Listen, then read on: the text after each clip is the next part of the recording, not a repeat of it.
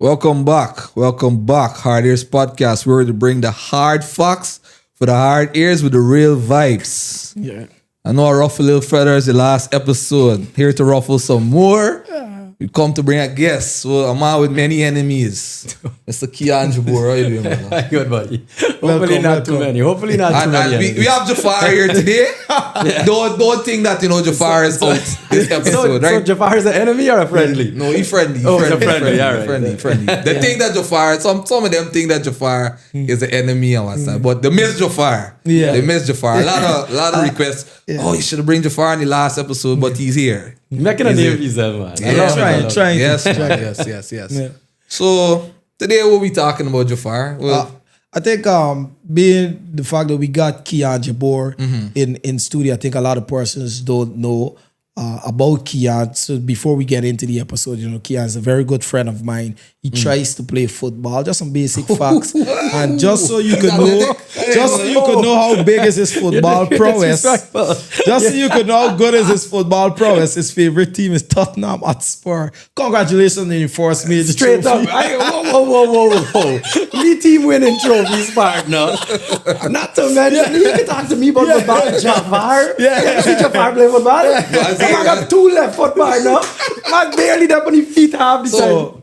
Yeah. So you play football and basketball. Yeah. So which one is you wanted to lead in? To be quite honest, I've been able to do very well for myself based on my ability in basketball. But if you don't know, like a lot of my immediate family are former national football players. Yes. So if you see me playing football and it looked like I could kick the ball a little well, it's not because it's incident or a trick. It's literally in the gene. My father coach, I got uncles that represented Guyana, I got cousins that represented Guyana at the national level. So, but this episode is not about me and my family. No, it's a conversation. Honest man, I asked if you could play football or basketball better. What was that? You trying too hard to prove yourself. Sorry. So, that's why you know you're Don't worry. Sorry for taking over the introduction, but Kian also owns Takaloko. It provided a nice sporting ambiance. That's how I know Tian. From that, and he's a biker boy. He's also, which is it's crazy to see a scrape. You think scrape is a African guy who ride bike. This can't be Portuguese stereotype. He's a Portuguese scrape. Sometimes bourgeois scrape. Wherever they feel in the day.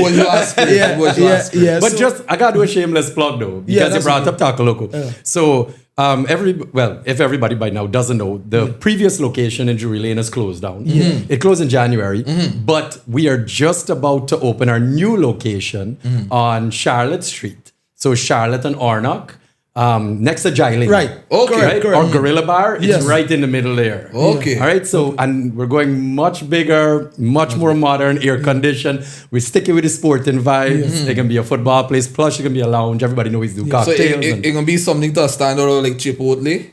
No, not Chipotle. Not Chipotle. We're actually going, so believe it or not, I'm changing the name to the name is called Joga Bonito. It means the beautiful game in football. Correct. Pele and the Brazilians coined it. Now, it's actually going to be a Brazilian-Mexican fusion restaurant. Okay. Nice. So we add in a different element to the food aspect and so on. But sticking to the sports, sticking to the vibe. In the evenings, we can get a little bit more of a club vibe and things. So I'm changing the dynamic. I like the bar. I like the ambience that you created around the Takaloko, because like to me, going to a bar that is, for example, sports and you want to watch football, I don't think the bars in Guyana kind of take that seriously. Not to bash anyone, but I was at upstairs one time and the girls said they couldn't turn off the music for us to watch Real Madrid play Manchester City because some guys at the bar were sporting and they spending money, all of us spending money. But imagine this is a sports bar and you have to literally ask people the commentary of the game, and this is Real Madrid and Manchester City playing, So I must commend you on that. But without further ado, you can introduce us, tell us who Kian Jabour is for those of us that don't know. Outside from the business and the biker buy. Outside from being a scrape. Outside from being a scrape. I am I'm a businessman in Guyana. I have a 13-year teenage daughter. I'm a single father. I dabble in politics. I have to accept the term politician, but I don't like it. We are in election season here, so I guess that's the main dynamic. Yeah. But other than that, I was born in Canada. I moved here when I was 2 years old. I did my schooling right through. I left in the middle of high school. I went to Canada, did my college, and then I came back. So I've had kind of the best of both worlds, growing up there and here. So I kind of use that in my political views and my dynamic, how I speak, and as my examples, something to bounce different ideas off of. Do you think, like, for example, those experiences of living abroad, living in Guyana, do you think like it kind of like forces a false reality that Guyana is so far back and it's so vastly different because of certain things, or do you just think that Guyanese are just progressing at a very slow rate, or it's a deliberate action by policymakers basically to move Guyana at that pace? Oh, I got super deep, super fast there. This is an intense question. He leading and I backing up. Straight to the point there.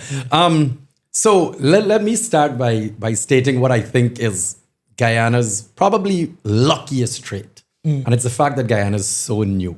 Believe it or not, in the history of the world, in countries around the world, when you look at majority, Guyana is a very young country. All right, we're only 58 now, right? 57 years old. And to be honest with you, that is something we're very fortunate to be. Now, why that is we have the ability to learn from other people's mistakes. All right? We get caught up in thinking that you need to reinvent the wheel all the time. We need to be different. We need to be unique. We need to do this. A lot of what human evolution has been is watching the same things occur over and over and over again. So a lot of what Guyana is dealing with now has already happened normally all over the world. They've already evolved from it. All right. And we can learn from the history books as to where Guyana needs to go next. And better, most importantly, what not to do. That's, I think, is the most important key. So we're playing catch up, basically. We are playing catch up, but an adapted version. All right. And then you throw technology into this. You throw social media, throw the movement of information into this. All right. And then all of a sudden we can move forward much quicker while eliminating the mistakes. What's interesting about what's currently happening in Guyana is, we always praise Guyana for not having natural disasters. We ain't got, other than flooding, we ain't got hurricane, we ain't got earthquakes, we ain't got, all of these things that everybody else is dealing with. As you guys know, though, our biggest natural disaster is our politics. All right. This is the one thing that has plagued this country, partner. All right. And Guyana, as all of our elders have told us, is and could be and should be the bread basket of the Caribbean. We're the ones that should be supplying everybody with everything. We got the gold, the diamond, the bauxite, the timber, all the minerals. We got sand. And now oil. We got everything. God has blessed this country. We are rich beyond comprehension, even before oil. And then here's the kicker. We got less than 1 million people. So why is this country still in the state that it's in? Why is it that I walked into this studio 20 minutes ago and y'all were in darkness? Blackout. How a basic necessity like electricity for less than 1 million people, our politicians can't figure out yet? We were saying light and water is a luxury in Guyana. There you go. Craziness. Okay, so yes, you did walk in and we did have blackout. What do you think is the issue from a GPL perspective? Because I think right now this grid is functioning on 2 power ships that we now funding for electricity, along with the national grid GPL to distribute the electricity. So what is the problem that young people may miss or might not understand why we are having or experiencing blackouts? Start with the basics. I am not an electrical engineer. I am not a professional at electrical grids and how to set up generators or anything even close. But what I will tell you is, and I know people don't like to hear this because, I don't like politics. Why politics gotta be in everything? I'm sorry. We'll get into that conversation a little bit later. But it's understanding the biggest issue that GPL has is that competent people are not put in the positions to run GPL. GPL is this political entity run by any government who's in power. And then they put their friend or their family in GPL, at the head of GPL, this banner who don't know nothing about electricity, and then asking him, make sure GPL works properly. How is he to do that? You're saying these entities are run by the Fence family and favorite. Name one that isn't. So hold on. So for example, so the current head of GPL, you're saying don't necessarily. It's Anil Nandalal, brother. Oh wow. Oh yeah, let me tell y'all. Yeah, you go into any head of any entity of in this country, any state board, anything like that. It is a government person, all right, of the day. And don't get me wrong. Please always remember this. I'm not going to sit here and say APNU is any better. Yeah. When they were in power, they did the same thing. Yeah. But these two parties are the only parties that have ever run this country, and both of them just keep doing the same nonsense. So Go down. So that's why you're publicly urging people to vote for Forward Guyana and win. So, but I see also you mentioned that you started off that you don't like to claim yourself as a politician, but on your videos that I watch that you're a politician. So we got to set it straight that you are a politician. And you're urging. So why are you urging these people to vote for Win or Forward Guyana? Can you give me the prospects or what's not? Beautiful question. This is probably my favorite question now, just before election. Yeah. Tomorrow is election. Yeah. All right? Yeah. This is my favorite question at the moment. All right? I don't trust politicians. I don't like none of them. I don't think any of them should have full power. I am encouraging people to vote for Forward Guyana Movement, Amanza Walton, the Little Wheel, or Azreen Mohammed, the Win Party, the Little Jaguar, because... Please, I just want to correct you. It's not a jaguar, it's a leopard. I It's a apologize. leopard. Yes. My apologies. And another thing, it's also coincidental that me and Jafar we're Yeah, this is not by in no way, shape, or form an endorsement. Endorsement. This is one of the wildest coincidences you'd ever experience pre-election. We wore blue. It wasn't planned. I we promise. didn't plan. We promise you. We promise you. Disclaimer. So disregard the email y'all sent to me to tell me we're blue. Sorry, all of a sudden. Anyways, moving on. Right, yeah, man, it's a mistake. Moving on. Day before elections, moving on, man, it's a mistake. All right. All right. Yeah. So just to continue. Okay. It's to understand that PPP and APNU have their bases. Okay? They're the only two political parties that have ever run the country. They have been set up to dominate the average voter, okay? They are the ones that are funded. They're the ones that have the mechanisms to get out there. They're the ones that have historically always been there. Now, they have created a system of divide and conquer. We want Indo-Guyanese on one side and Afro-Guyanese on the other side, okay? We're watching that evolve now into an economic fight, all right? Where you got the rich and the wealthy on one side and you got the impoverished on the other side. And yes, that is what the politics is evolving into. But with that said, the PPP and APNU will get their votes. Yeah. Now, we need to vote, all the rest of us, all of us that are sitting on the fence, all of us that have any kind of want or need for a change in Guyana, we need to make sure that we vote for more parties to be in parliament. All right? Now, what that means is that a minority government is where no one organization has more than 33 seats in parliament. As I'm sure many of you know, but just in case those who don't, parliament is made up of 65 seats. In order to pass a budget or a law or any kind of decision in the country, parliament has to take a majority vote. So that means whichever party has majority seats, in this case 33, they get to pass any law or budget they want without consulting anybody. They don't need to talk to nobody. All right? And that's what we're currently dealing with right now. The PPP have the majority. Is that for all of the... I don't think every one of the bill requires 33. I think, and this is not me being politically savvy, but I don't think that all the requirement is just the 33 majority. I think some, you might need a larger number of... what you're referring to is constitutional reform. Okay. And that needs a 2/3 majority in parliament. Okay, correct. All right? Yeah. But for basic laws, Yeah. all right, and budgets and so on, it's majority. It's Okay. just 33 Okay. votes. All right? So what my encouragement is to people is to just cast your vote for any of the other two parties, Win or Forward Guyana, because we need those parties to have a say in parliament as well. We need them to be able to look at any government that exists, because PPP or APNU might win, and we want them to be able to look at that government in parliament and say, hold on, you're asking right now for $1 trillion budget. but what happened to the $1 trillion that you took last year? You need to show accountability for this money. Yeah. So a perfect example is very recently, and a lot of people don't even know this. In January this year, 2025, there was a $1.3 trillion budget that passed. Correct. All right. Now that budget is supposed to be our fiscal planning, our monetary planning for the entire year. Yes. In June, I believe, this year, Yes. the PPP went back to Parliament, Yes. took something called a supplementary budget, Correct. and took $57 billion more, Correct. and then dissolved Parliament. That was the end of that. Okay, but we're going to elections now. Nobody knows where this $57 billion gone. Yeah. So these are the kind of things that a minority government will help to stop. You can't just come and collect money from the people of Guyana. This is we money, we want to know where it gone. Now, I always digress back to the fact that don't trust any politicians. I don't want Forward Guyana or WIN to get full majority either.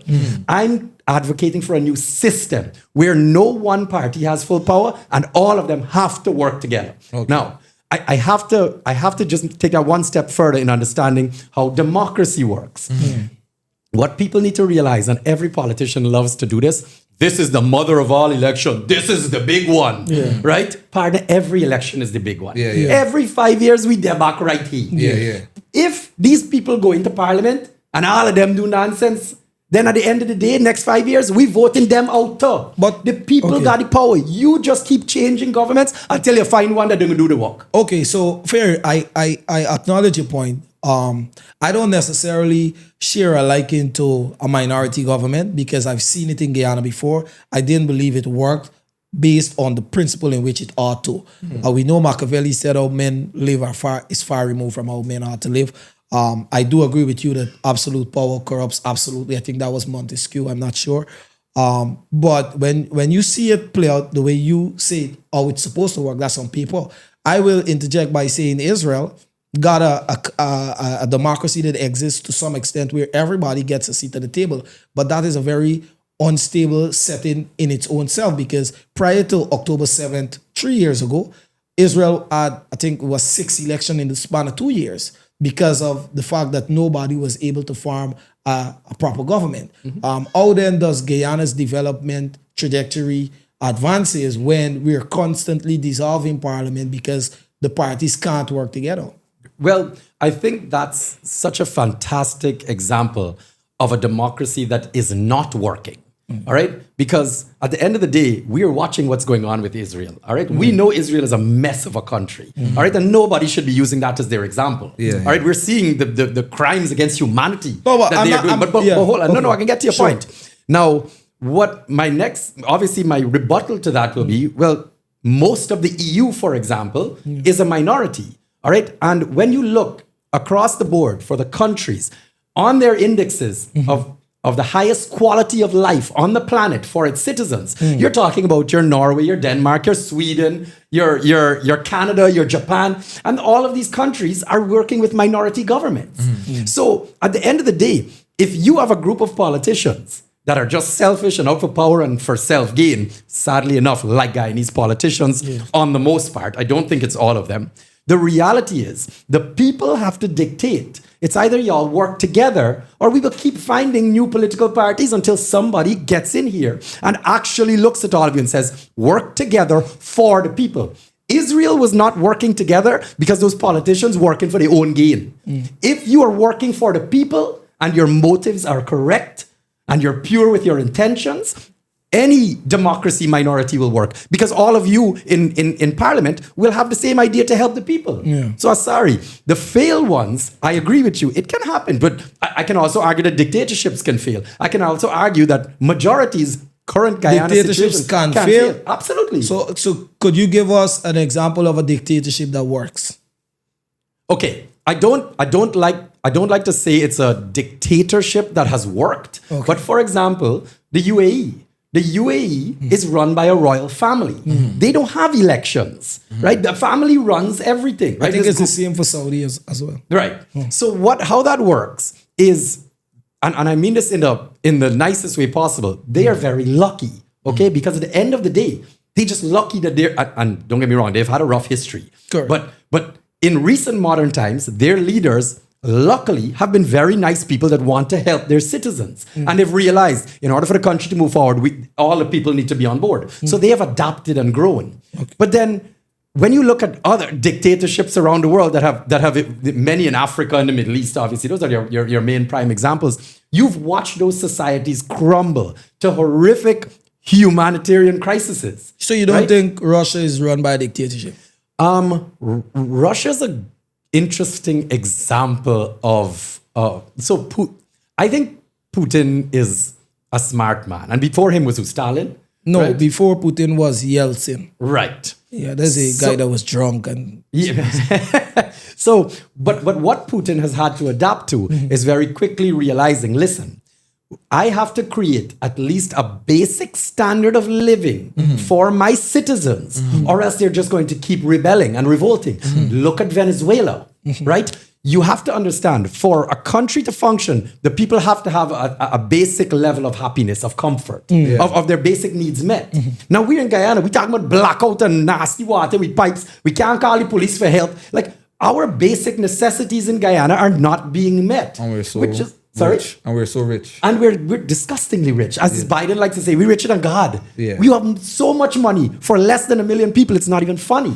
So the problem that you're always going to meet back with is understanding that our politicians are only our current politicians, as in the PPP and APNU, are only fighting for themselves to stay in power. We now need to dissipate that power, and hopefully the new politicians coming in will force them to work for the people. All right. So now my question is, let me bring it back locally.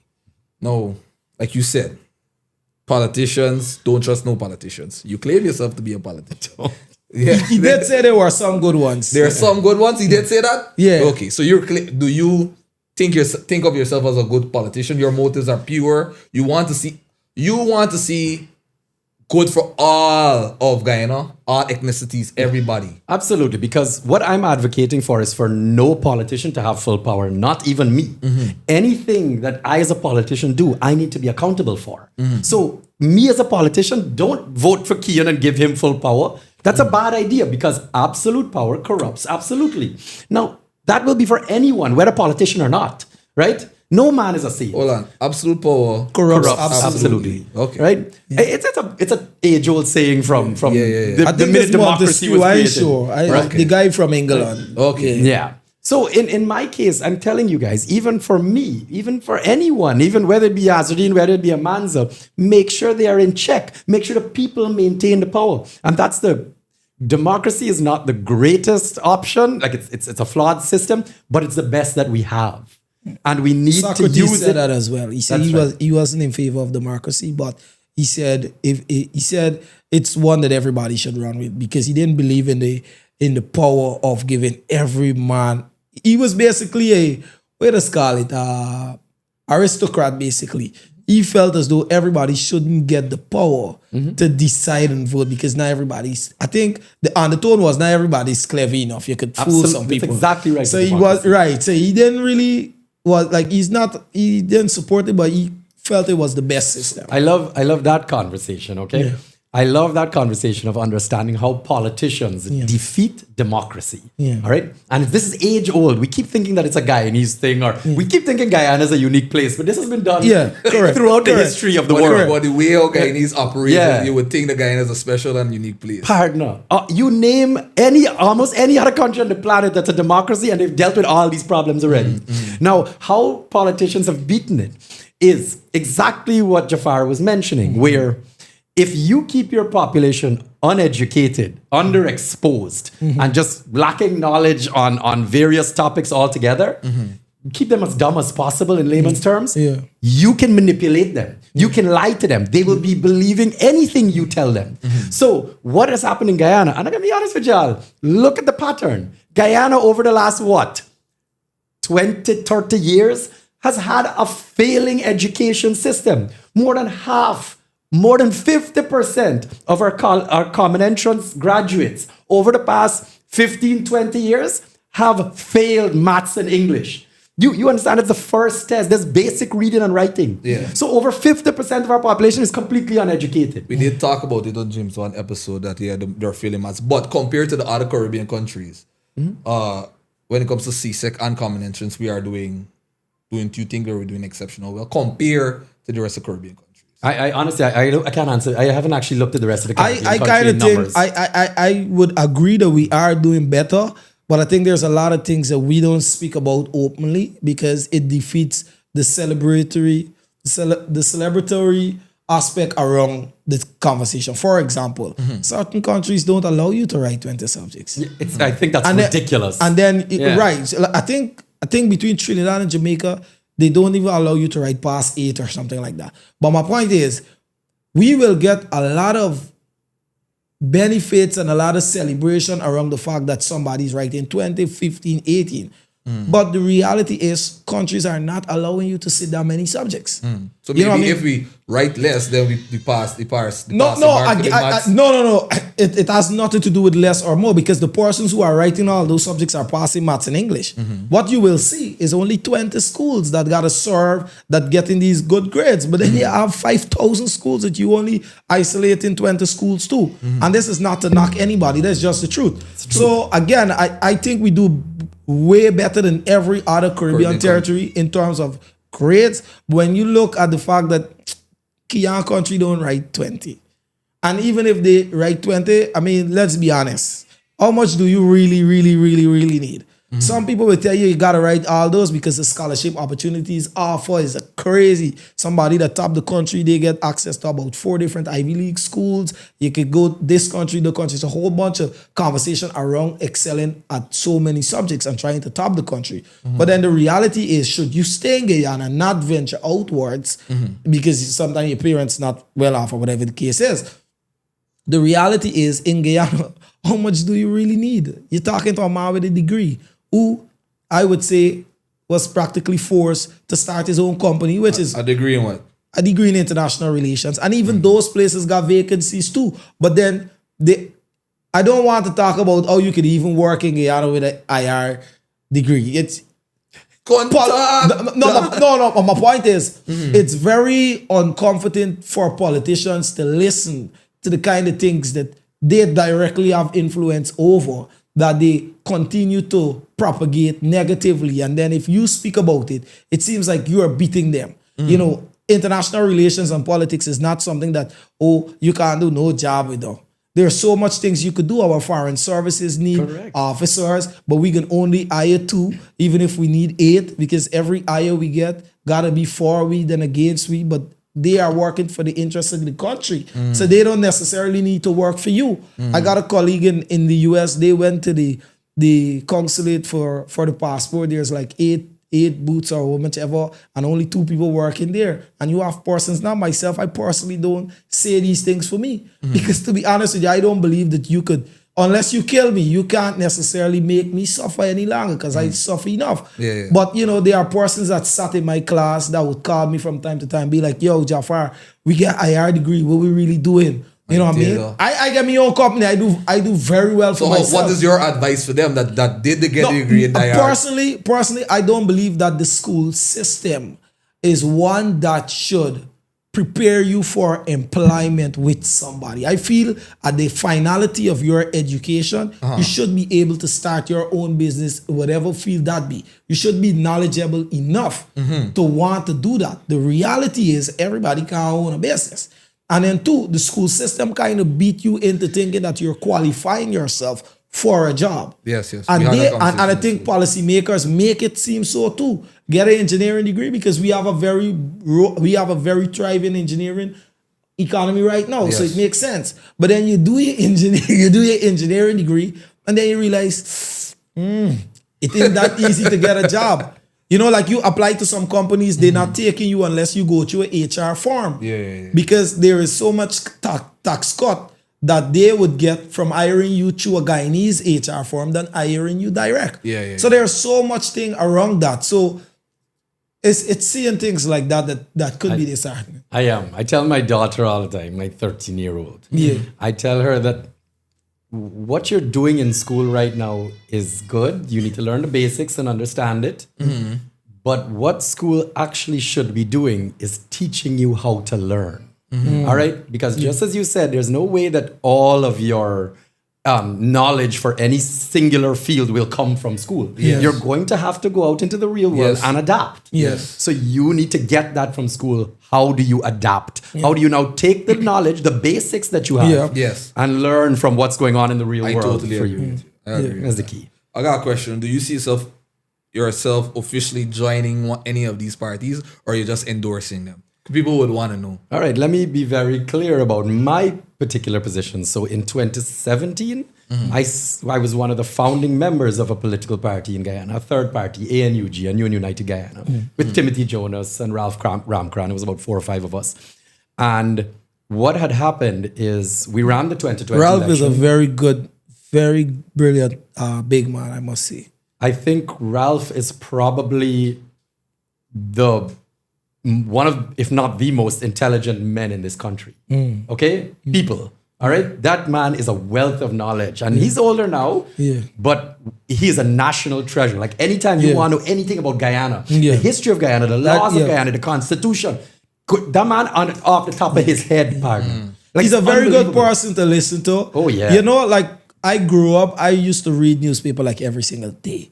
Ralph is one of the guys that dominated. Sorry for calling you first day, but Mr. Ramkaran is one of the guys that you would read about every single. And I'm saying that not just from articles, because he also write his own pieces in the newspaper. So you read it, and then you get to actually get to meet the person. He's a very, very brilliant guy. Yeah. So that was good to see him say, you know what, and I kind of like the position he took. But again, we're just 5 years from that. But continue.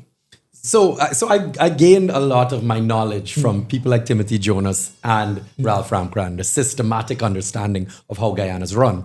Now, we ran the 2020 election. They had the rigging saga, blah, blah, blah. We played our part on that. Some may remember or not, but I particularly, and Tim, we really stood up there. I was at the recount every single day. We were working the media. We were doing what we had to do in order to make sure APNU didn't succeed with what they were doing. And this is not me listening to media. I was there every day. All right. I was the one talking to the media, telling them what's going on. You were. So nobody can come and say, man, did this happen, or how you know that. I'm the one that fed the information. And again, I was not PPP and will never be PPP. I am not PPP at all. Don't say that. Don't say that. Geeta Chandan says she would never be PPP. She's now PPP. As a matter of fact, she said our entire family born PPP. A lot of Even though our inspiration to join a partnership for national unity is because What's I don't know where you're going with this. I know I signed. I come out to politics before I join PPP, partner. Kian, I tell you right now. I Okay? totally understand, but like for somebody who's young and pay attention to politics, like I've seen that on so many fronts. And like for example, even with the new parties, like you're now propagating don't. A lot of the new splinter parties that would have formed in 2020, a lot of those have defected to the ruling party. I kind of understand the hustle. And I'm glad you used that word, the hustle. Yeah. Okay, so we already understand that them ain't going for the betterment of Guyanese. Them going for themselves. To be honest with you, when I listen persons that swore an oath to like represent people, I can hear so much undertone about me. And I don't think Guyanese and their representative take representing a person's interest very seriously. I can recall being the president of the University of Guyana, and a lot of people don't know that I served 3 straight terms, which is should be illegal. no, like we did, like it was okay to You're do supposed 2. to got 2 terms. No, like it was okay to do 2, but I did 3 because of COVID, and then we didn't have elections and a whole bunch of stuff. We never got back to normalcy, whatever. But when you swore an oath to represent people, to me, you have to now divorce every single individual aspect of your role and just serve. And many times when I listen to people speak, it's like me. Like we had James previously, and you can hear James saying like, in the 5 months I've joined, I've made X amount of money from 14 years of PNC. And why I bring that up, and that's not to say like that's bad or knocking James, but I've heard that on multiple occasions from politicians that I make so much of money. Like, bro, you got a monthly salary to represent my interest. What are you telling me about? You know what I mean? And then the Constitution have things that should bar you from venturing into these things. correct. So when I hear when persons say don't, they would never. I'm saying that to say, okay, Ashikison, they started the new movement. And I was one of the persons who were paying attention to the new parties. Actually, I was saying things like, we would never join PP, we would never join PNC. These parties run Guyana into the ground. They are no good. They bad for Guyana. Da, da, da, da. Citizen Initiative was the exact same thing. They, to me, just had a different digital perspective to elections and governance. That they made everything a PowerPoint, and it was very colorful. And that's not knocking them. I got a friend that's calling the PowerPoint party. but my point is, post 2020 elections, all of them have joined the ruling party. So Why? again, I understand the hustle. Okay, so what you want me to tell you? So I'm saying I'm not a hustler. I'm saying I that mean to this in say- the nicest way possible. You can't let me defend myself. I am not a hustler. I'm not wanting for money. I mean this in the nicest. I say this and I do it to make sure I don't offend anybody, but I need people to understand. All right, I have to speak my truth. I'm a really, really blessed person. I just want to ask you, is it because you come from money? I am the luckiest person I ever could meet. My daughter is the luckiest child. Meaning, don't get me wrong, they got people that got more money than me. It's okay. But I don't need for anything. I'm not struggling. Not to mention, and I have to say this, I'm a Canadian. All right? I could beat out if I want beat out. Which is a fact. So I am choosing to do this. Nobody Yeah. forcing me into nothing here. Yeah. So when people sit on here and say, man, Kian, you never know what might change. No. Nothing is going to change because I know the fundamental principles of the PPP and APNU. All right. And it is maintained that people must stay dumb and poor so that they could control them. What if that All right? changes? Then they got to change their name and all the people in it. So then it won't be PPP and I could join hold whatever on. new organization. Okay, they which is create. perfect. When James was on, he said that the PPP is a new PPP. It's not the With same all the PPP. same people? But that And was that's my the same question. thing. He That said- was my he question, said- right? he said That was my even with the question same players. because and this wasn't knocking anybody. He said the PPP is a new PPP. And I believe him. He says that's what he believes. It's a new PPP. My question was, it's the same persons that you came up against. What makes it different? He said, his words was their ability to adapt and change. So I'm saying, man, Kian, you might be a no PPP Or oil today. money. Which is a new thing? I don't know oil about money or the I don't ability know to about, adapt and change? but I'm saying, Come on. let's say the PPP Outside of oil changes. money, what has changed in the PPP? All right. I think that's a question. All right, here's one. Here. No, I think that question All right, is for the PPP. you said earlier in the episode today, Yeah. you said that the PPP or the APNU, they segregate basically the black and Indian Divide and conquer, the divide and conquer. But I think from what I noticed is that they have included the African descent votes, or they included them. Interesting conversation we're about to have here. Yeah, it's okay. Let's We get can- into the racism. I was just asked this today. So Before alright, we so- go forward, right? I just want people to understand that the Indian-African divide, I don't believe comes from the PPP and the PNC. When Cherry and Burnham, when Dr. Cherry and Dr. Burnham was fighting for Guyana's independence, Cherry was strong communist. This is documented facts. The whole world knew Cherry was You're a making up communist. nothing. Even if I want to make up, but I don't have the idle time. Yeah. Cherry was dead set on communism. The whole world knew it. He knew it as well. However, Cherry himself would tell you in his book, The Western Trial, that he wasn't a communist, he was more a socialist. But that was cover for the fact that he was communist. However, the US would not sit idly by and watch a communist state birth it right in its proverbial backyard. So they needed a cover for that. Burnham was, to me, the only real opponent to a Cherry Jagan in Guyana at the time. There was the PAC before it moved to the PPP, right? I'm saying all that to say, Burnham presented to the US an opportunity besides Cherry Jagan, another candidate besides Cherry Jagan. And it was perfect for outside interest that Guyana is divided so that we can have our way inside of Guyana. That's my belief.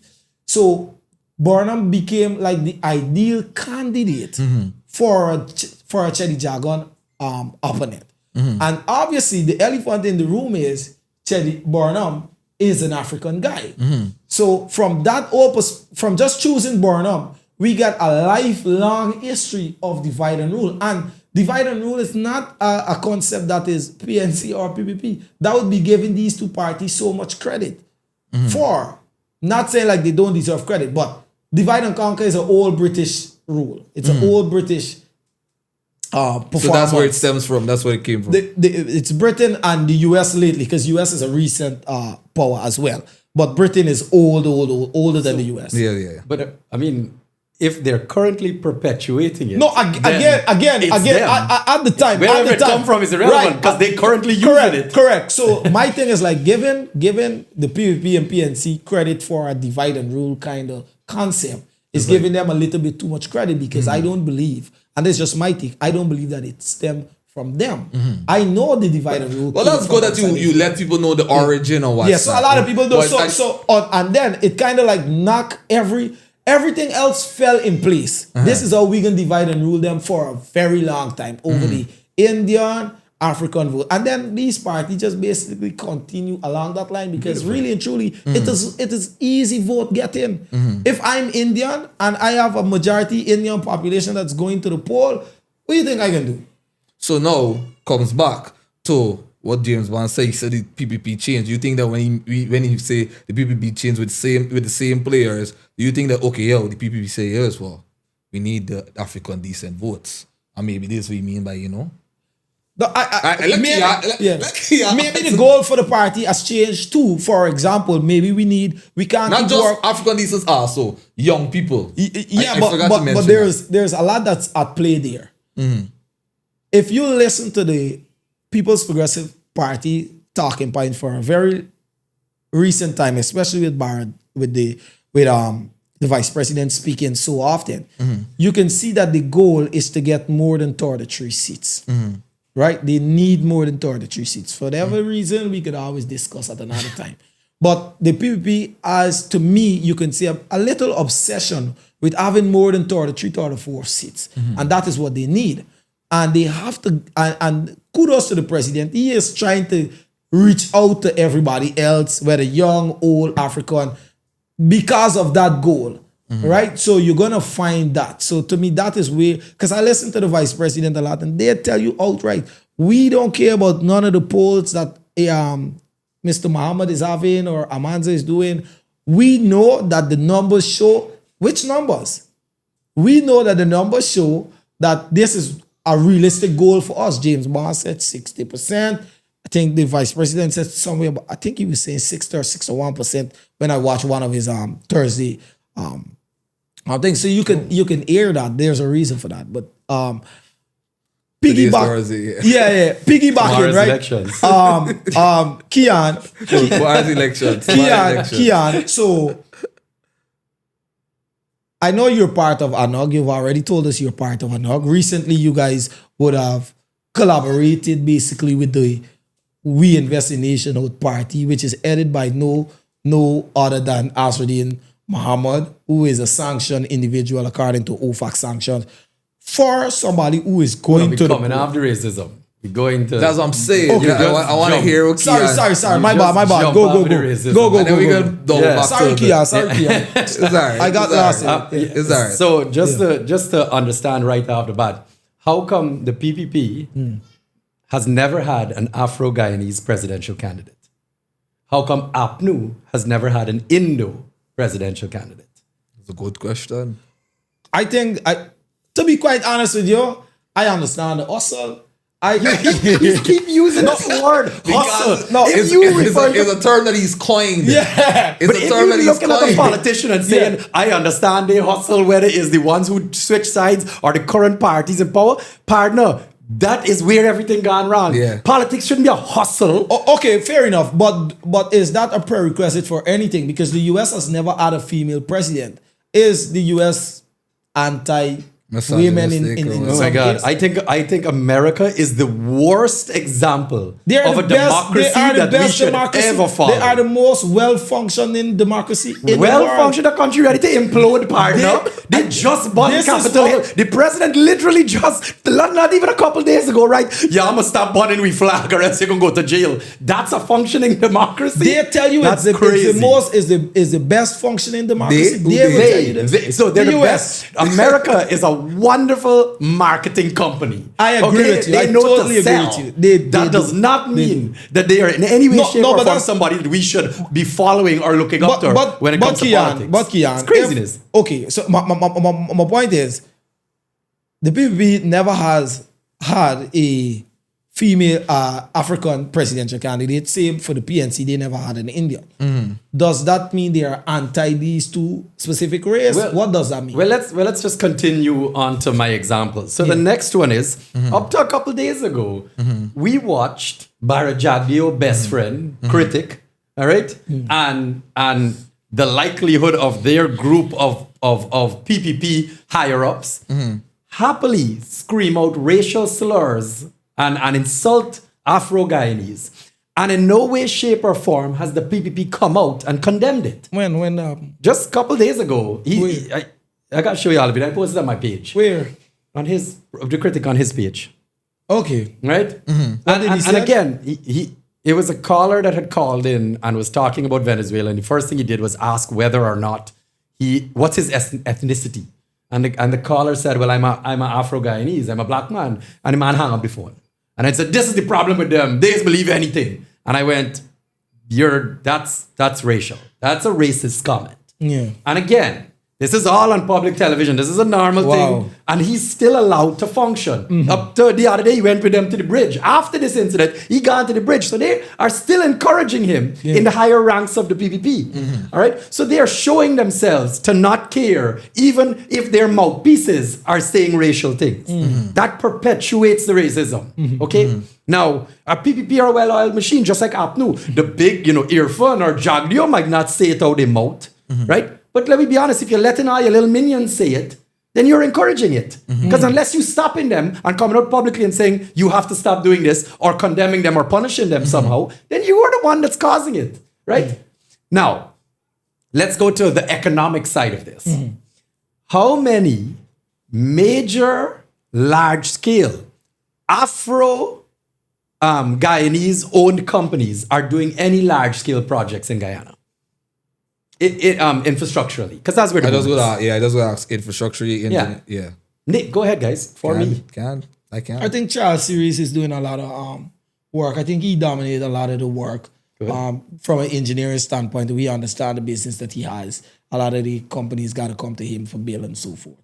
Great. So I know Charles Series. So he's getting the contracts from the government to build Heroes Highway, build the bridge. Definitely not. So this is my point. So the major infrastructural projects that we are referring to in this country are all going to Indo-Guyanese I think companies. the latest extension to the Heroes Highway, based on information that was made public, was done through Val's construction. You just heard Vaz in the Junior Bash interview. Yeah. That he is business partners Junior with Bash the president. is Val's? No, the interview. Correct. He said It's that Vaz Val's and the president are in business together. So, I'm sorry, guys. But he has apologized for that interview. So we could say anything we want and apologize, and that means it's not true? Saying that means it's not true? It was not we just true. discard it as a lie. He didn't say it was a lie. He just apologized for saying it. Let me not confuse what happened there. Now, with that said, don't get me wrong. There are Afro-Guyanese companies, owned companies, that are getting projects and contracts. Yeah, James Mann say he gets a lot of... James Mann. He said there's a lot of contracts in the private sector too, because he said... James was saying he was getting a lot of work in the private sector. Outside from the infrastructure, he did say there's a lot of ways you can make money other than infrastructure. Yeah, he was saying he's a big contract. He was able to buy a bobcat and a few other things. Wow, magnificent. From doing contracts privately. So I have to also make this clear. The reason I specify the major infrastructural projects is because that's where the real money moving. Yes. That is how they're creating generational wealth. I understand. And they are keeping it within the Indo community. All right? That is what the PPP are doing. They're giving all Afro-Guyanese companies a little road to build here, a little project here. They're throwing in a couple $1 million here and there. But that keeps them at this economic level when the Indo-Guyanese companies are at that economic level. And do you think that's why the citizens of Guyana are giving the politicians and the party flowers for doing the basic things that they should do? Aside from, like I said, regular citizens, if you ask them the first thing, what party has done, they build roads and bridges and what's that. Would you agree that okay, these are basic things that you're doing your job? That's what we hire them to do. Well, they're not using their money to do it. It's we money they're using. Not to mention, if there's nothing that's more basic than actually building roads. Like this is like I've never honestly traveled the world. I've been everywhere. I do meeting. I have never in my life see a country, a government celebrate roads or the opening of roads as though they're the savior of our economy, of anything. Partner, let's be straight up honest at the basics of this. We couldn't build these roads previously because we didn't have the money to do it. Yeah. We got all money now. Let's be even more honest about this. This whole Heroes Highway, the Ogle Road now to Eccles, that was imagined by the APNU. That thing has been in planning for many years. If I'm to be quite honest with you, the vice president said the concept came from his office in 1997 and it was finalized. I think it was between somewhere in early 2000s, and now that they got back into power is something that they materialized. Oh, it's kind of similar. So it's very long. So it can't be APNU. You said kind of APNU, but it can't be APNU if Barrett had it planned since 1997. I love that you're stating his opinion as though it's a fact. Just like how he said he had a document to give the journalists today. Yeah. Just like how he got a video of Azradine going in the Venezuelan embassy. These are facts. But it's not, he didn't say Azradine, he said Shell. Barrett Jagdeo has proven himself to be a blatant liar. Let's not pretend like anything coming out his mouth is gospel. Like give us an example of the lie. I just said it. He told his whole country. He said Shell went into the embassy. Have you seen a video of Shell Mohammed going in the embassy? I've never seen the video. Have you seen a video? No, I haven't seen Well, the video. until I see a video, it's a damn lie. Partner, stop trying to think that these politicians who said tell about the truth. sanctions will be Okay, we get into sanctions now. Let me move from racism to sanctions. I like the transition. No, who said about the sanctions would be available before August? Somebody who published that. Chavez had said some sanction will come down to He never said when. He said they're being... he said and I can tell you, I heard He that... said when? He said August. He said August. That's why I'm on it all August. He's been on it. Yeah, I've been on it all August. Great. Because Luckily, Travis Chase is not a politician. Okay? So we don't need to worry about his honesty. Yeah. All right? Not to mention, I'm going to tell you as well. Yeah. Again, my opinion, because I can just tell you, because it's gossip, I can't prove it. I have heard that there are more sanctions coming to certain companies. I'll even tell you how I heard it. Long before Travis Chase posted that. And I'll tell you, I have friends that work at ExxonMobil. And if you remember how Azradine sanctions came about, even before the sanctions were officially launched, Exxon started to move people out of Azradine's houses, out of the Mohammed's property, and told companies, sent out memos saying, hey, you guys can't, anybody that's associated with this guy, you need to move off. Now, why I say that is I could tell you from I will never really reveal my sources, but I know Exxon has already been getting memos that there are more sanctions coming, and there are companies that they have to stop and start tying up their business with. Okay? So again, whether they come now or after elections, I believe they're coming, right? You just don't know when. I just don't know when or directly for who. How does that influence you working with somebody like Azradine? Perfect example. I love the fact that the sanctions have been turned into this. Oh my gosh, the country gonna sink. We over. Because I always like to use my most beautiful example. Yeah. Not even 2-3 weeks ago, did the most wonderful Vladimir Putin land on American soil with a red carpet laid out for him, and with a big hug by Donald Trump, with a flyover and jet escort. This man was treated like royalty, bro. Yeah. Now let me tell y'all, there is nobody on this planet that got more sanctions than Vladimir Putin. Oh, every sanction, whether it's OFAC, whether it is Department of Homeland Security, etc. Maduro would disagree. Maduro got enough sanctions. Perfect. Maduro and Putin. And Putin. Right? But let's be, hold on, we can get to Maduro in a second.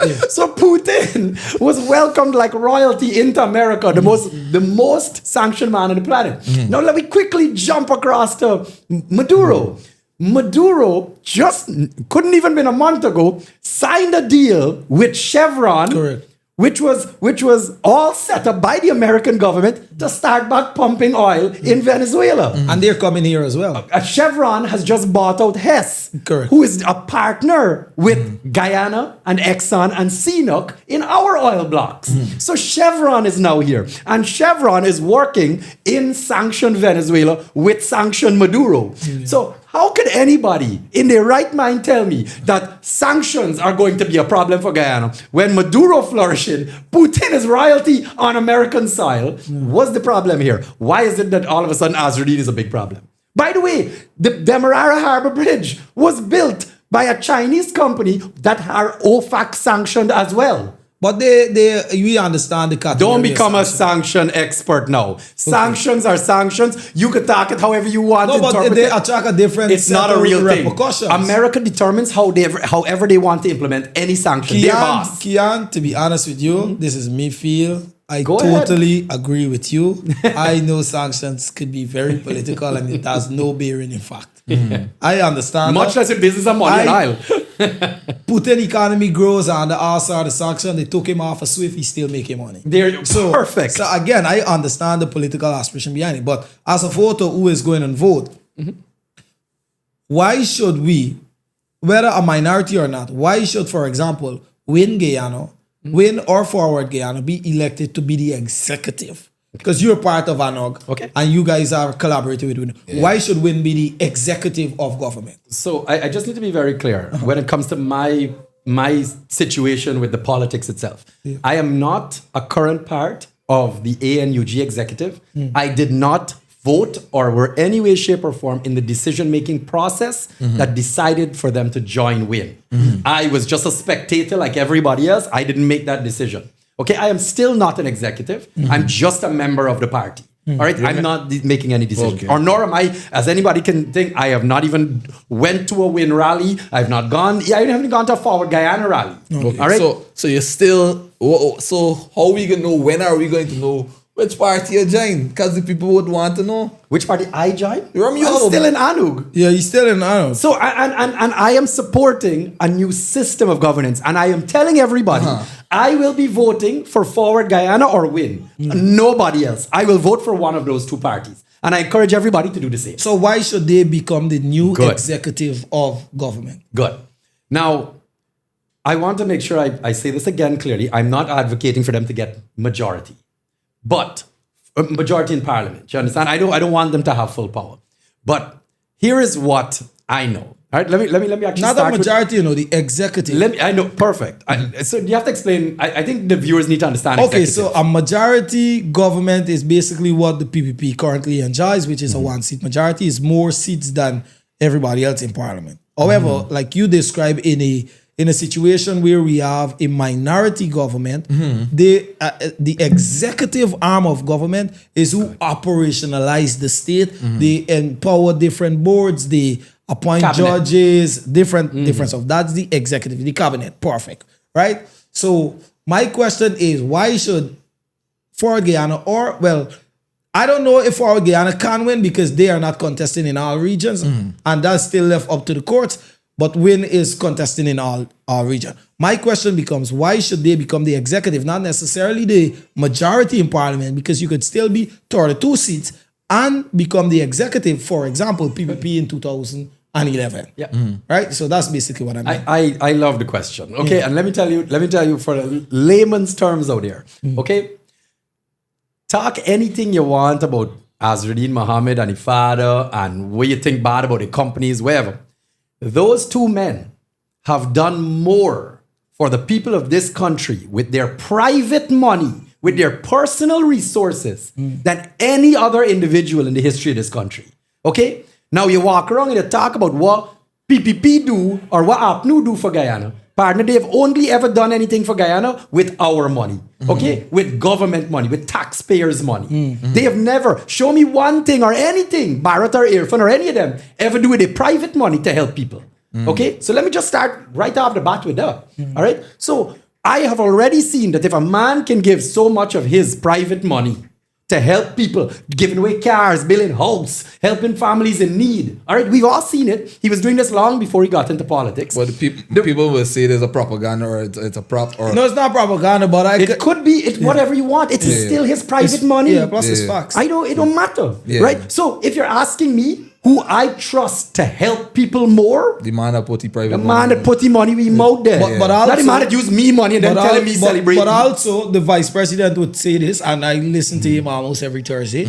He would say, well, you're defrauding the state of its right amount of taxes, which is why you attract sanctions. So, of course, if, for example, let's say you're defrauding the state an allegedly $50 billion. Good keyword. I love it. Allegedly. Good. Let's say you're allegedly defrauding the state $10 billion US dollars.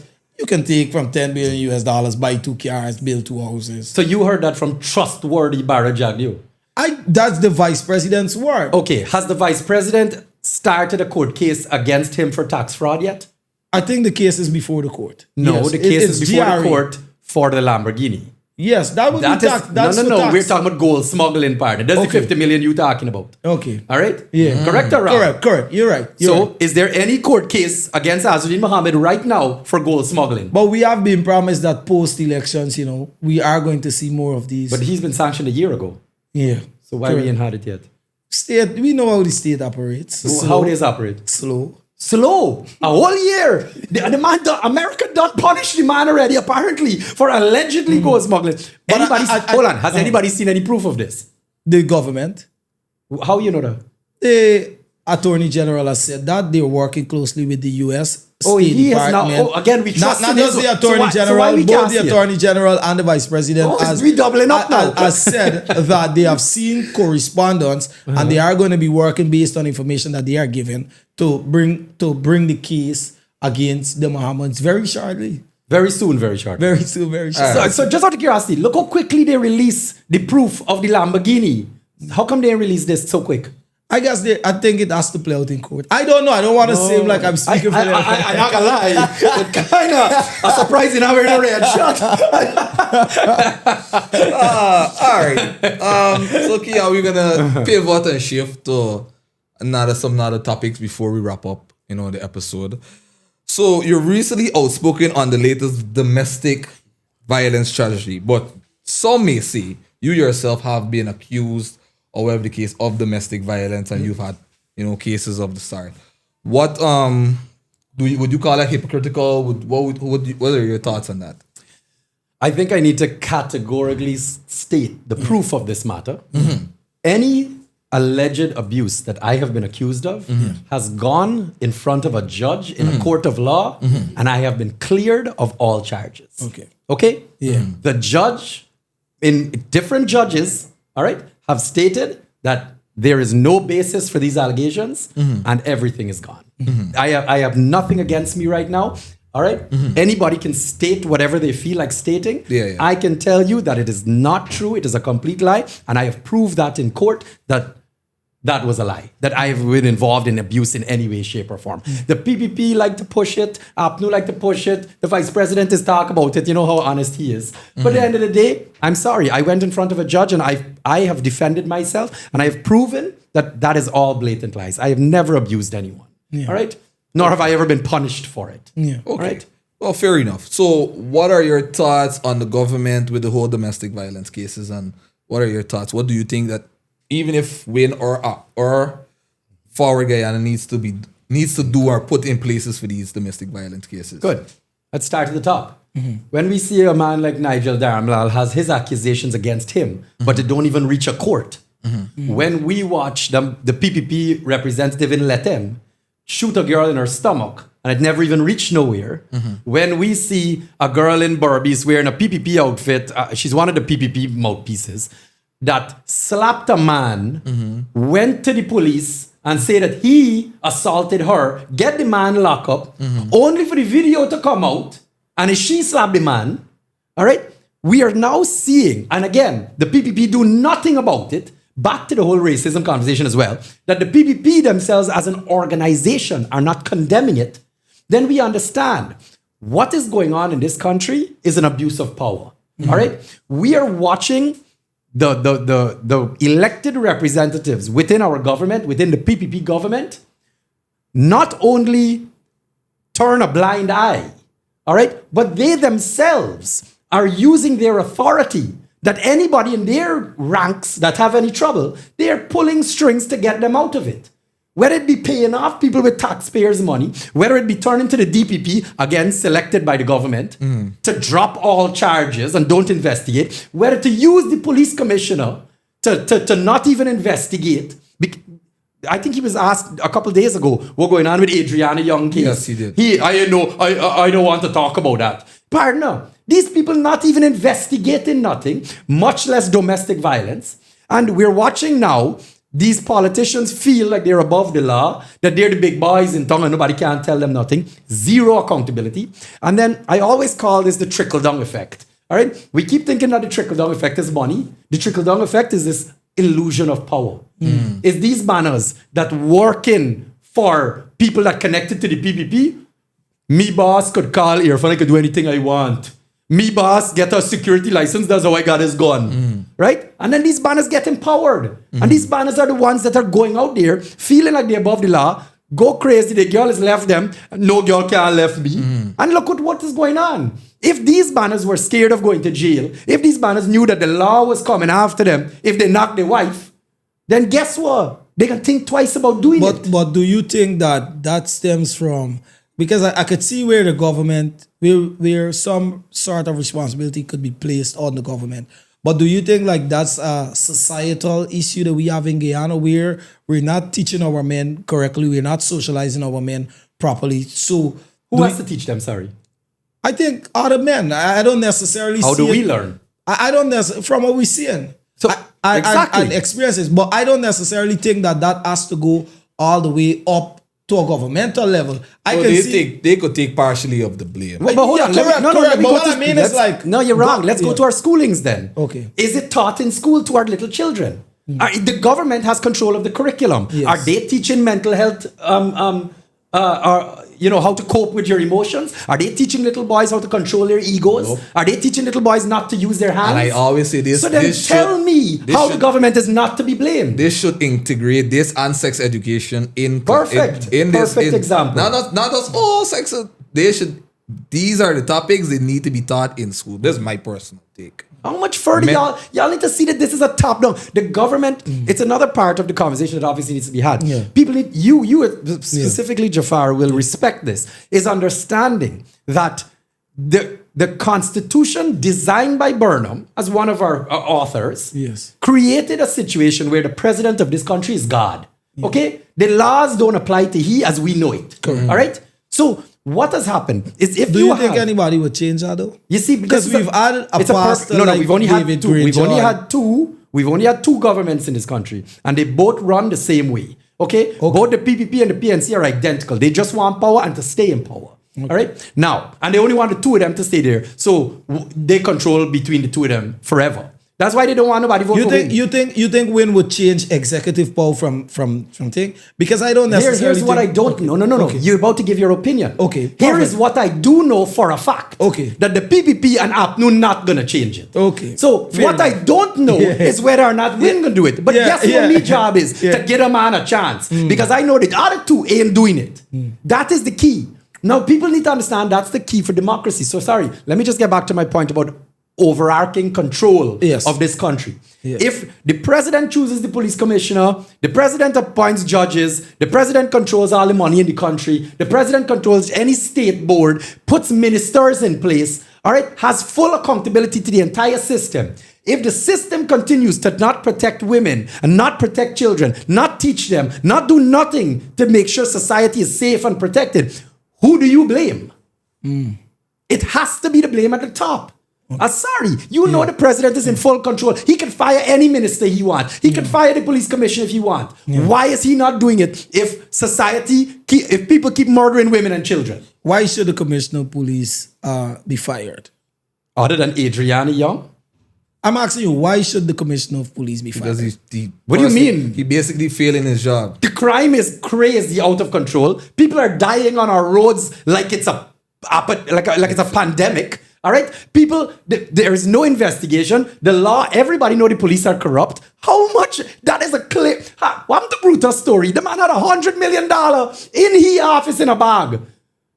No, but Brutus' case is, I think, the next hearing. The judge that was in charge of the case. We waiting again, no. The judge that was in charge of Brutus' case took like crazy amount to leave, like 500 and something. How you get gun license in this country? You have to apply to the commissioner of police. It does work. You ever do it? I've lived such a pure life that I've never needed I want one human being out there, anyone in this society, to tell me that they have followed the procedure legally to get a gun license and got through successfully. Tell me one single person, because everybody I know and I've ever dealt with had to pay the $2-3 million for get it. 2 million, 3 million. And where y'all think the money going? Who you think in charge of the process? Pardon, no. How much times? How much more? Look. Another prime example. Madia fire. Okay? Madia. All those little girls dead. Okay? We're trapped in that building. There was no fire precautions, no sprinkler, no extinguisher, no bucket of sand. They were trapped in the grills. Right? Yeah. You tell me what has changed now in any of these schools around this country. A school burned a week ago. Yes. Okay? Kukwani. You tell me what has changed with the fire service in this country. All of them got to get knocked off, and the president could do it. Why is he not doing his job? No, but I think from the fire perspective, a lot of communities didn't necessarily have fire stations and fire trucks and all these things. So I must say this, because it's something that I noticed recently. We have had construction of more fire stations in more areas. As a driver, I'm seeing All that. right. I like your discussions going, because show me one of the new housing schemes that has fire extinguishers. What do you call it? Fire hydrants. Fire hydrants. Okay. They ain't even got sidewalks. They got fire hydrants. I don't know. You mean don't know? If you don't know, it means no. New housing scheme. I don't know. That's what I said. You buck the red. There's something going on with you. All we can see, but you ain't saying it. Why I say that, like, I'm from Linden, right? I like to see that, right? And we had one fire station that's all the way in Mackenzie. So if you house burning over the river, you have to wait on that truck to come from there, and God forbid if it even show up with water. But now you have a fire station that's on the way, so sure that could attend to fires over there in a very reliable manner. May's school bun on the other day, right? Another school bun, right? May's school bun the other day. And the whole after the fire, the president come out and said, look at what we've done. Look at our brand new truck that got this arm that was spraying water. The image of this fire truck was with May's school burned to the ground, to crisp. They ain't even got a wall left. Yeah. I said, you showing we a fire truck, a brand new fire truck that we must praise you for, when they didn't even save the school, what they spraying water upon? Yeah. Pardon. If y'all are seeing past the bullshit and the facade of development, this brand new fire truck spraying water and ash. And I said, pardon, this is craziness for we to be celebrating. You telling we must praise you for buying a truck with we money that didn't even do a job. All right. So I got one last thing for we speak on before we wrap it up. The past time. The recent, I think, couple of days ago, we have seen, I think you talked about it also. We've seen people are calling people without their consent. Like, I feel like you feeded me. It's just things I'm doing. This is what I do my research. And I listen to people. I listen to what people have to say. I do my research. So when I bring these topics, because I don't want to bring a guest on here and I don't touch on certain things. It would be injustice to the viewing public. So exactly, do you want to answer for it, or you want me to answer for it? I don't even need to answer. I find it funny because I've never received a call. If it was me and I see Garden Mose, hold on. Here your bite done started. I never received a call. Don't get me wrong. I'm not saying the call don't exist. My wife has received the call. My wife has received the call also. So I'm not saying that to say it don't happen. Well, thanks for pointing out the obvious. Moving on. Feel like that's not the point to get at. Specific set of people that calling car, me getting no car. But honestly, and the joke side, before they go to this serious side, if I was Garden Mosley and if I see Garden Mosley name, can you see any people name? Obviously, don't call the banner. Don't call the banner. I call the banner for somebody. Let me tell you what's happening. Let me tell you what's happening, just so you understand. The workers in there are given preloaded phones. Yes. So they just call in random numbers. They don't know who the numbers are. Really? And they're given a script to ask. Oh. Yeah. So don't think that they got a sheet or a computer screen and it's a garden name and they call the number. No, that's not how it works. It's an automatic system that just feed in numbers. Okay. I just All right? want That's why it's random. I just All right? want to say that I have no idea how the system works. Yeah, we Okay. don't. I wouldn't know We how don't you're know. getting the numbers. No, numbers. No, I that's know- not true. No, not how they're getting it up. Yes, we yes, don't know how the system works because I don't know. I just Yes, learned yes. that it's not a script or it's not a name. I just learned that. I believe there is That a is script. why I asked I the believe question. there is a script, but I don't know about the automated number. All right. I didn't know about what that. I yes. what I would say, and to me, this is very close to me, and I think Guyanese need to start questioning. Even your employer could be incorrect. Even your boss could be wrong. And why do I say that? It's illegal. It's anti-constitution to use someone's data in that manner. It's illegal. It's Yes. without a question. Anti-state resources, both illegal. Right.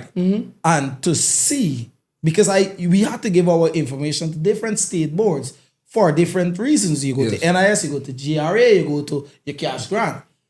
How then did my information end up without consent in a political party's hand is not something that I think we should be taking lightly. Obviously, we already laughed about it, but it's not something that should be taken lightly because if you know or you already getting my information just from that, because I had to submit it, what else are you not using? Those are Exactly. information that I really need to know. That is the right question. You know what but I mean? So I mean, where we finish watching the episode, I hope that persons who are watching this and their job is to go to that phone tomorrow and make the call because you need a little 120, 130,000 or how much ever you're being paid for do that. I want you to really think about yourself. Do you really need to do something illegal to earn money in Guyana? That's a very, very important question. You're gone complex, and we can get to it in a second because actually, let me answer it first. Yeah. Partner, as I just said, they make sure people are poor and dumb. All right? That's how they control them. And I'm sorry. At the end of the day, not half, our latest figures from the World Bank or the IMF, I can't remember, one of the international reputable organizations has stated that our population, 47% are in poverty. All right? That means they are not even surviving. All right? Like, let's be honest about economics here. The truth is, nobody can even survive on what? 250, 300,000 a month. It's true. Unless, way more than 50% of our population earning them. Right? Half of our population are earning $300,000. Yeah. Right? Let me be real. Now, just to stick to topic here, right? It's an abuse of state resources, all right? And the reality is, just to break it down in simpler terms, you have used taxpayers' money to give me $100,000 and to pay those people to collect my information. Now, the first thing is, obviously, you should not be using it for political gain. But the question again, if you wanted to even use any kind of justification for it, do all of the other political parties have access to this? Because if they don't, then this is absolute abuse of state power. Yeah. All right, this is a perfect example of the government using their power to help themselves. Yeah. Right, and you want to know where else we see it? You want to know how you buy Irfan Ali is such a hard working man. Partner the man got a helicopter that he's flying all over this country and we dollar. All right. He is flying all over this country in his helicopter. Well, he's entitled to that as a not president. to campaign with. Do not fool yourself. Okay. To go and do government business. Okay, Yes, fair enough. this is campaign time. Yes. You cannot be using we helicopter for you fly to rally with. So you're saying Right? in this current context, he's not the president right now? No, he is the president. That's not what I'm saying. But he needs to be using. For example, you want to prove it? I will even give you the benefit of the doubt. Show me the receipt of the helicopter pilot salary and the helicopter pilot, the helicopter gasoline bill, and we can take it from there. All right, you're not even supposed to be using my resource, which is the helicopter to begin with. Go and buy your own partner. New, with the name Air Services got helicopter. Go and use their own. Go and rent it with you money, with you party money. What are you using me taxpayer helicopter for? Right? So y'all gotta remember this. And don't get me wrong, I'll be the first to tell you, Granger did it as well. Yeah. Okay? This is not a one-sided thing. Yeah. PPP and APNU are identical. Okay? So don't think that I here defending, attacking PPP and not APNU. Partner, vote for win or for our Guyana. Only based on the fact that we know how bad the other two are. All right? Let me give somebody else a chance. Bad is subjective, though. You might say bad, I might say, bad. I know, I got that hint from you already. I know. All right. Well, there you have it. That is it basically for the episode. I mean, Jabour, you got anything more to say? No, this was very informative. I like the too. fire that you brought. I like the fact that you didn't shy away from any question. It's always a pleasure talking to you. I always find it strange to know that you are somebody from a fortunate background per se, but you never show it. You don't carry yourself like that either. This is like the first. I've met you before prior to this, but this is the first time we've had a conversation. I mean, you're very grounded, I must say. Yeah, I mean, you have to be grounded if you're going to support Tottenham Hotspurs anyway. But I mean, What do you want me to tell you? I'm a Portuguese script. What do you want me to tell you? Yeah, but These guys gonna keep coming every time. This last one was MJ, LeBron, Tottenham, and it's good. Me team winning trophies, yeah, I can try with everybody. But I do Yeah. permit me to make a last in tomorrow's elections. Yeah. Right? Sorry guys, it is what it is, and the platform is the platform. Y'all are doing a great job, and I hope that your viewers understood where I was coming from today, and how we're looking to change the system here. We're not encouraging any violence. It's basically just his perspective and a point of view. And we're not agreeing to anything because I want people to know. Because a couple days ago when I dropped an episode, they're thinking that me and Jafar, how we could support, the last episode with the whole, but man is man is exceptional. An exceptional. Yes. So we're gonna talk that on the next episode. But we just disclaimer, right? We just having the my guests God. to their reality and to let people know and give the message to them, right? And I hope everybody goes out there and has a safe elections. My shameless plug is please vote for anybody except PPP and APNU. Anybody else. Minority government is willing, but give somebody else a chance. New system. Well, like, share, subscribe. See you next time. Thanks.